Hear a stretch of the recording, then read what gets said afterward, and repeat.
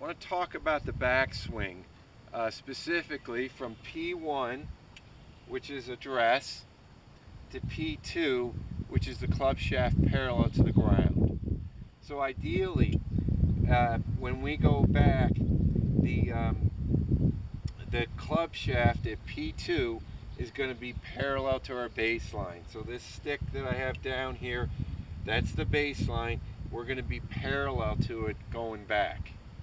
So how do we get there? So first of all, if you're not getting parallel, your path or your takeaway is not great, the first thing I would check are your alignments. Most important alignment is the alignment of the forearms, okay, at address. A lot of times you'll see people with their forearms not aligned parallel to this baseline, and the club will go out, or in order to get it on plane, they'll start rolling the club face open. So let's make sure our forearms and our shoulders are aligned. Make sure we have the right arm pressure points. We don't want to be reaching too much. Another thing, people that reach, they generally start taking it inside if they don't have those right arm pressure points. Okay? So then during the takeaway, from P1 to P2, the first move is the left shoulder goes down.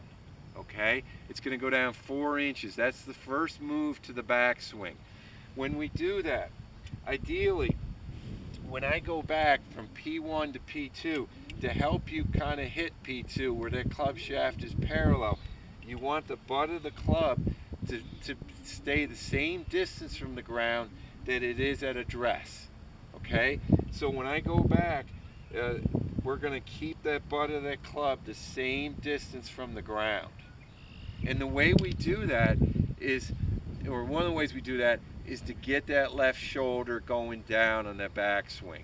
If the shoulder goes up, generally what happens is the butt of the club is not the same distance from the ground, and it's going to be tough to hit P2 where that path is good. It'll generally be inside or outside. So hopefully that helps. Start with the setup, alignments. Make sure you've got the right arm pressure points and your upper body alignments especially are good. And then the backswing. First move is the left shoulder goes down, and that's going to help us get maintain the distance that the butt of the club is to the ground. We want to keep it there. And then finally, at address, from caddy view, when we go back to P2, ideally, when that club shaft's parallel to the ground, our hands are going to be just outside the right foot.